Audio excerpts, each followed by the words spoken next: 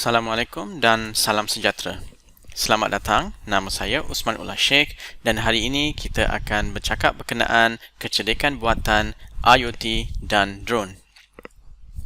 Dalam penyampaian hari ini, saya akan bercakap berkenaan dengan kecerdikan buatan atau lebih dikenali sebagai AI. Kemudian saya akan bercakap berkenaan Internet of Things iaitu IoT dan diakhiri pula dengan drone. Mari kita mulakan penyampaian ini dengan bercakap berkenaan dengan kecerdikan buatan. Kecerdikan buatan juga dikenali sebagai Artificial Intelligence atau AI. Apa itu kecerdikan?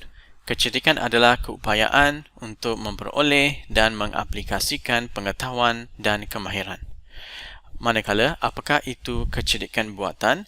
Kecerdikan buatan adalah pembangunan sistem komputer yang dapat melakukan tugas yang biasanya memerlukan kecerdasan manusia. Antara contoh adalah seperti persepsi visual, pengenalan ucapan, membuat keputusan dan juga membuat terjemahan antara bahasa. Mari kita lihat apakah itu neuron.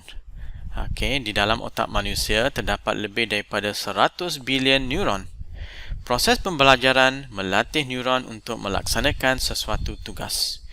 Neuron-neuron ini bekerjasama untuk proses pemikiran, pergerakan dan juga pemahaman. Di sini kita boleh melihat neuron di dalam otak manusia. Neuron adalah berbentuk begini di mana terdapat input, pemprosesan dan juga output neuron tersebut. Manusia belajar sesuatu perkara dengan melatih neuron-neuron yang banyak ini di dalam otak manusia dan ini akan dapat melakukan proses-proses seperti berfikir, menggerakkan tangan dan kaki dan juga memahami sesuatu situasi.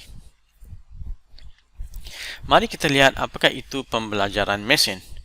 Jadi, pembelajaran mesin ini sebenarnya berdasarkan kepada apa yang dikenali sebagai neuron buatan.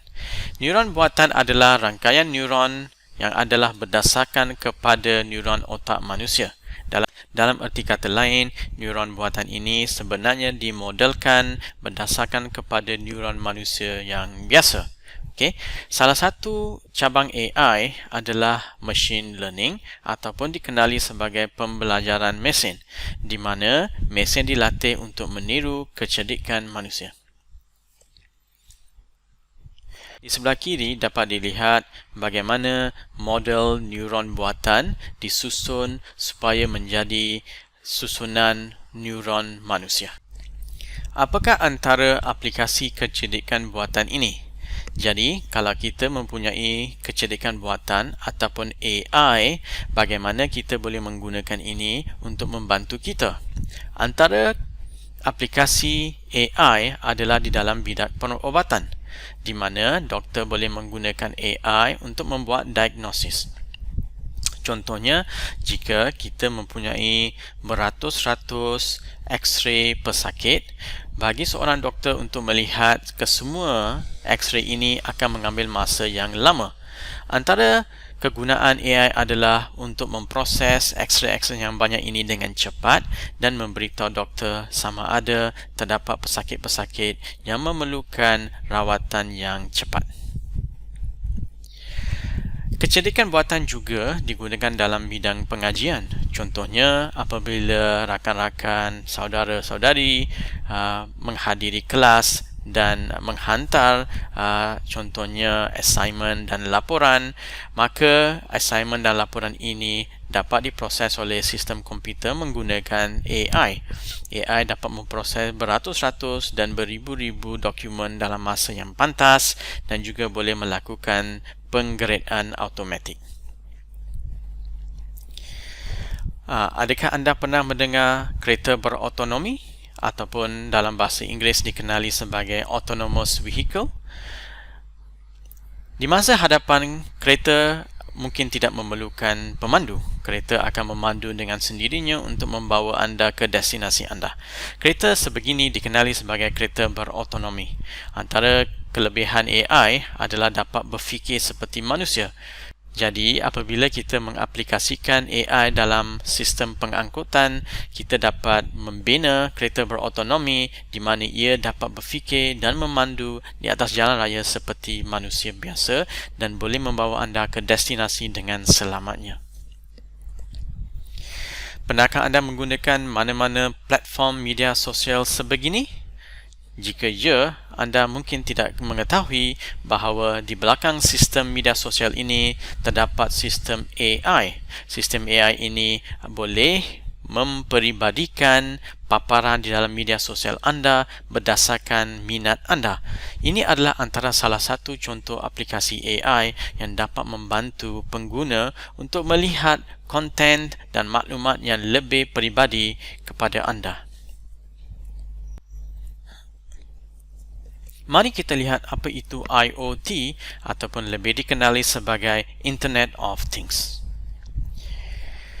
Apakah itu internet? Internet ialah rangkaian yang menghubungkan peranti-peranti antara satu sama lain. Apakah yang dimaksudkan dengan thing?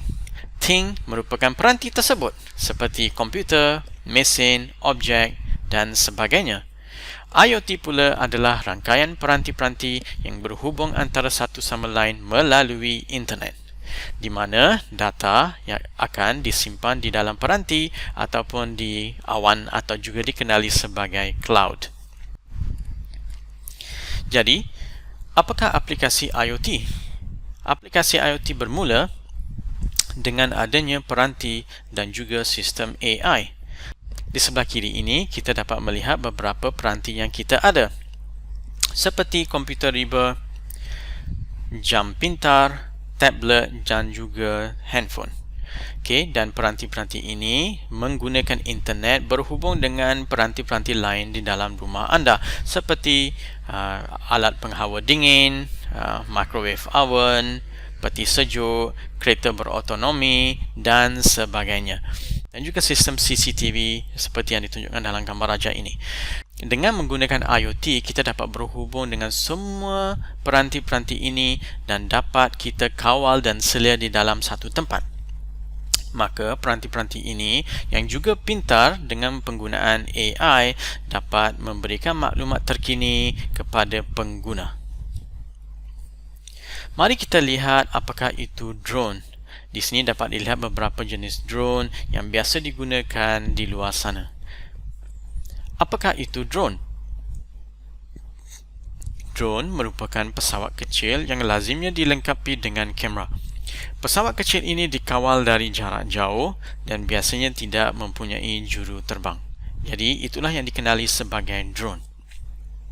Mari kita lihat beberapa komponen utama drone. Di sebelah kiri ini dapat dilihat drone biasanya terdiri daripada motor, komponen komputer, komponen kamera, beberapa komponen-komponen housing dan juga bateri.